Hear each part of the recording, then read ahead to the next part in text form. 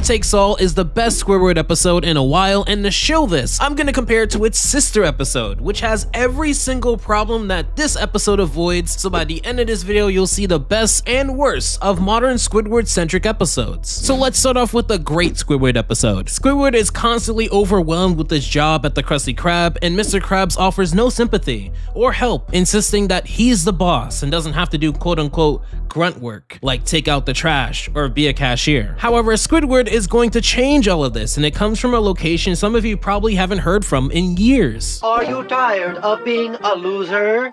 Yes. Weenie Hut Juniors is now hiring managers. Now, I do want to be fair to this episode because I'm going to be kicking in the back of its sister episode in a second. The premise of Squidward quitting the Krusty Krab isn't a new premise. You have Can You Spare a Dime, an episode I spoke about in my Nice Characters video. You have Squidward working in a chum bucket and chum fricassee, and technically in Krusty Tower, Squidward quit to become a customer because of the hotel's motto. But with the amount of episodes SpongeBob has, I don't need each episode to be unique because that's practically impossible. What I enjoy about this episode is that they don't use Squidward in the one way they practically ran into the ground and actively tried something different, even if it isn't wholly unique, like that other episode. Squidward gives his job away, and SpongeBob, completely heartbroken, goes to find where he went. Oh, I'm so glad I found you! Now let's get you back to the Krusty Krab. Oh, I don't think so. I'm the manager here.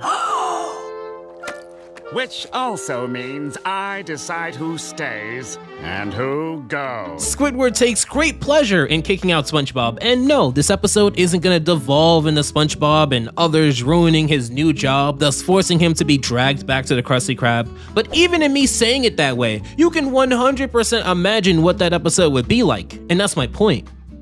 This isn't that. In addition to building out the lore from a classic location within SpongeBob, what I enjoy about this episode is that we get to see Squidward take control rather than being the victim. There's plenty of episodes I enjoy where Squidward is the butt of the joke, but there's plenty of episodes I don't enjoy where Squidward is the butt of the joke as well. And given that we have episodes where Squidward isn't the butt of the joke at all that are just as good, I've always just been so confused on why they don't explore that avenue more. So before we get into Squidward running Weenie Hut Jr., let's talk about that other episode that's going to do everything the exact opposite way.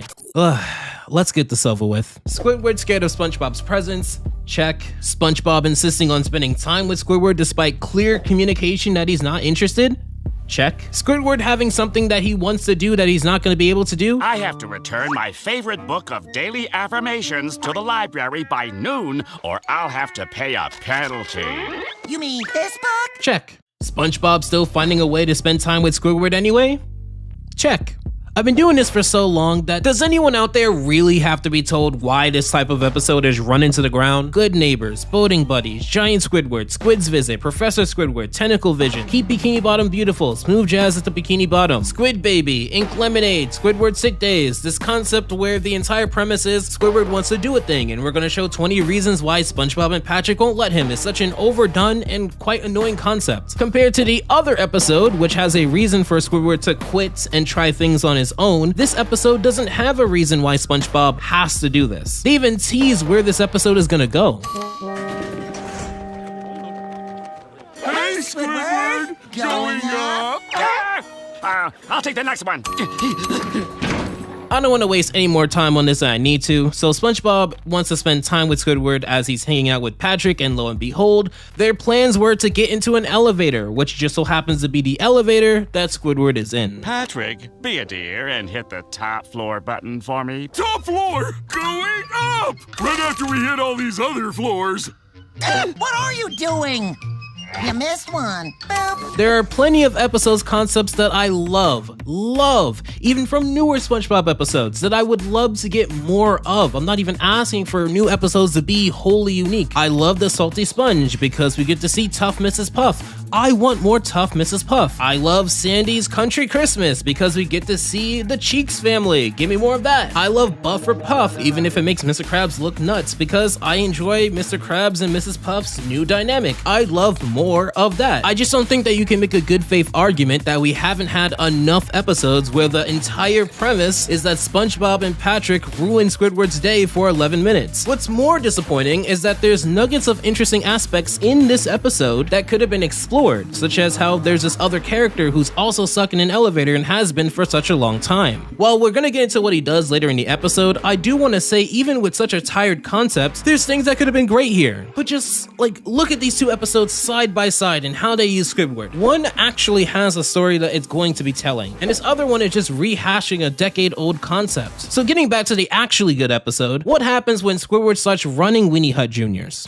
Squidward relishes in the fact that now as the manager, he sits on his butt and does nothing. He doesn't even really care about Weenie Hut Juniors like that, and I think that's a good thing because the advertisement wasn't built on finding passionate people, it was built on finding people who don't want to work and are comfortable with and around robots, because that's going to be important soon. Unfortunately for Squidward, the robotic staff that he has now have a joke up their metal sleeve. Boss Weenie, you must take out the trash. Still better than the crusty crab.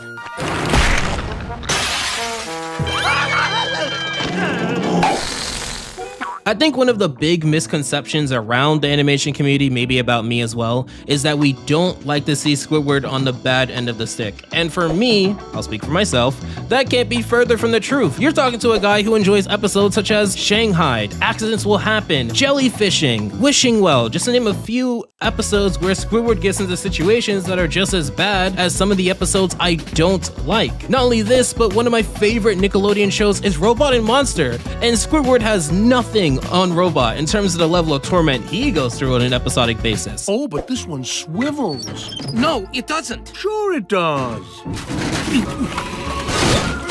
See? But what I enjoy here is that Squidward is going through the struggle that he specifically asked for, and things are about to ramp up even more. Squidward justifiably crashes out, having to climb on top of the building he's supposed to be managing, slither his way back in, and let's be honest here, knocks out the robots unconscious implicitly before reading on how to fix the situation. And I love this detail in the manager's room. When he's reading about how to fix the situation, you notice that on the Employee of the Month wall, it's very inconsistent until the robots come into play, and then it's just robots. Oh, look at that. Nuance and foreshadowing in a SpongeBob episode?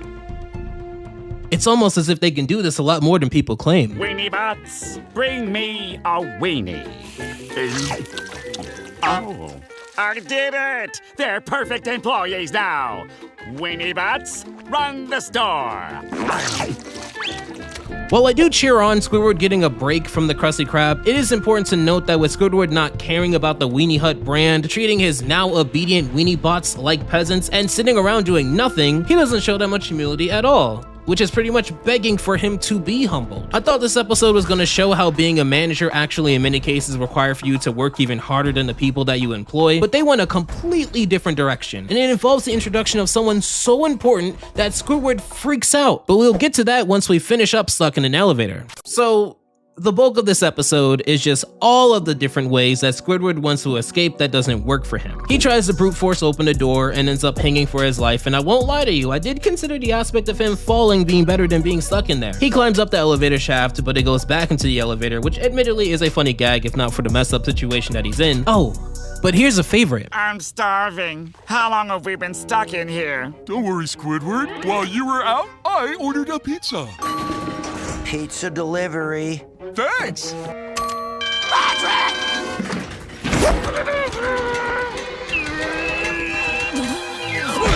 The best part isn't that now that the door is open, they could leave and Squidward isn't able to. The best part isn't even that despite ordering a pizza and knowing that other people are starving, Patrick eats the whole pizza by himself. The best part is that SpongeBob saw all of that and said nothing. I mean, that's your best friend, dude. Surely you have something to say about that. As much as I enjoy one Squidward-centric episode, how can I not like the other one? Well, let me ask you, how come if we spoke about Club SpongeBob, an episode just like this one that revolves around SpongeBob, Patrick, and Squidward essentially being stuck in one place, that we'd have so much to speak about? It has the magic conch shell, among many other great jokes, a great dynamic between the trio, and you'd be hard-pressed to find anyone who's annoyed by Patrick. Then you have this episode, where I bet it won't be spoken about as fondly, with new viewers, not even talking about the people who are nostalgia blind, and simply will be put in a pile of mid. The episode devolves into all of them losing their minds lines, with Squidward becoming a ringleader of sorts, reading his affirmations and manipulating SpongeBob and Patrick into being his servants. And it's such a shame because the other stranded guy comes back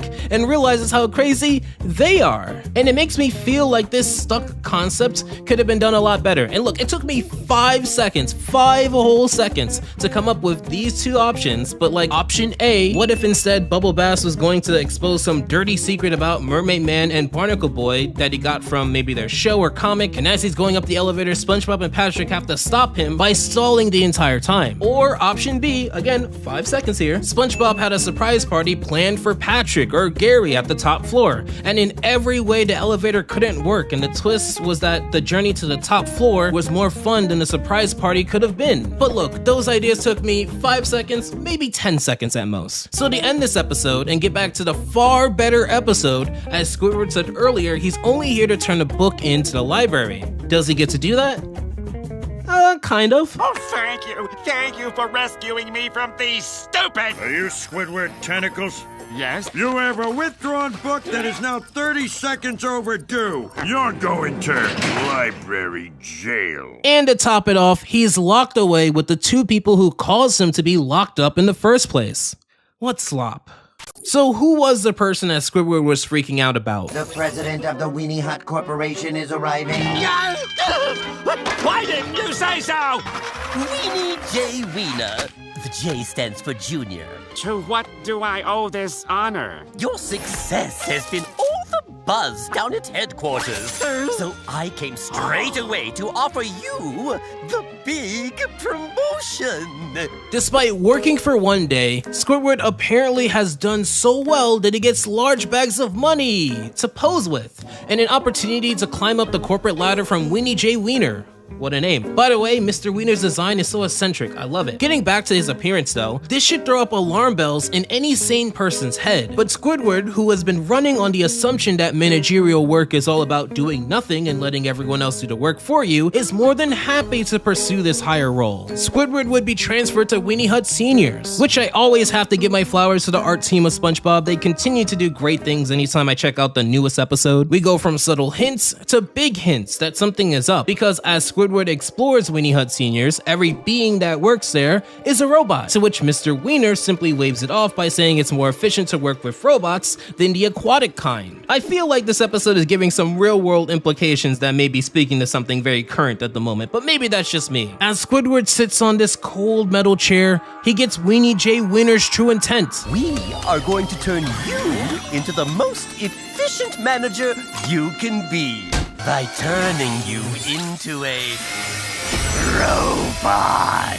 The biggest twist that all of us could see, Weenie Hut Juniors is a front for a crazy robot uprising, which if you remember No Weenies Allowed, the only employee there was a robot. Squidward would immediately regret his decision and we get to see Weenie J. Wiener's final form. It looks awesome. Honestly, this looks like a boss that you would see in a game if SpongeBob ever got a new solo game. Squidward now has to run for his life, regretting his decisions to quit the Krusty Krab and be a manager for Weenie Hut Juniors. The difference between this episode and that other episode is that Squidward reached this decision away from SpongeBob. It wasn't that SpongeBob beat him into submission, but that between being turned into a robot slave or being pestered by the Bikini Bottomites for some hours per day at the Krusty Krab, he'd rather the latter. They aren't the most glamorous options, but hey, at least Squidward found this out on his own. Speaking of the Krusty Krab, his former boss and co-worker come to save the day.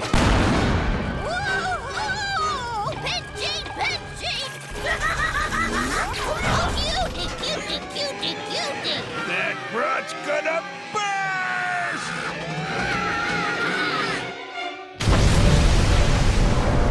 Could you imagine if that was the last episode ever and this was the last scene we saw? Even I would start crying, cause that's crazy. Fortunately, every character that was on the side of good was okay, except for Squidward. Yes, he did survive the explosion, but with one chaotic pat on the back, Squidward goes through the machine anyway and is turned into a robot. It is nice to see that season 15 is still cranking out very good episodes, but these recent seasons of SpongeBob are no stranger to cranking out bad episodes, even ones more dull than Stuck in the Elevator, that you can check out in this video here, speaking about Squidiot Box.